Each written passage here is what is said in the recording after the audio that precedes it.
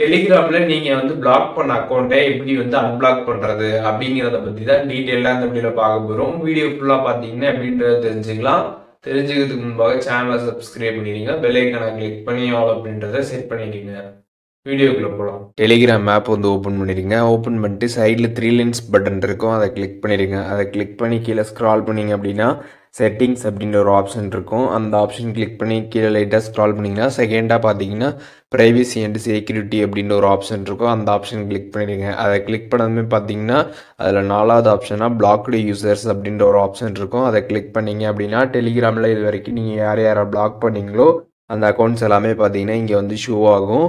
இப்போ இதில் நீங்கள் வந்து யாரை வந்து அன்பிளாக் பண்ணணும் அப்படின்னு நினைக்கிறீங்களோ அந்த அக்கௌண்ட்டுக்கு நேராக இருக்கக்கூடிய த்ரீ லைன்ஸ் பட்டன் நீங்கள் கிளிக் பண்ணுங்கள். கிளிக் பண்ணதுமே அன்பிளாக் யூசர் அப்படின்ற ஒரு ஆப்ஷன் இருக்கும். அதை கிளிக் பண்ணதுமே அந்த அக்கௌண்ட் பார்த்தீங்கன்னா சக்ஸஸ்ஃபுல்லாக பார்த்தீங்கன்னா அன்பிளாக் ஆகிடும். ஸோ இப்போது எப்படி வந்து டெலிகிராமில் நம்ம பிளாக் பண்ண அக்கௌண்ட்டை அன்பிளாக் பண்ணுறது அப்படின்றதுக்கான டீட்டெயில்ஸ் தெரிஞ்சிருப்பீங்க. இதில் எதுவும் டவுட் இருந்துச்சுன்னா கண்டிப்பாக கமெண்ட்ஸில் மென்ஷன் பண்ணுங்கள். எல்லாருக்குமே ரிப்ளை பண்ணுறேன்.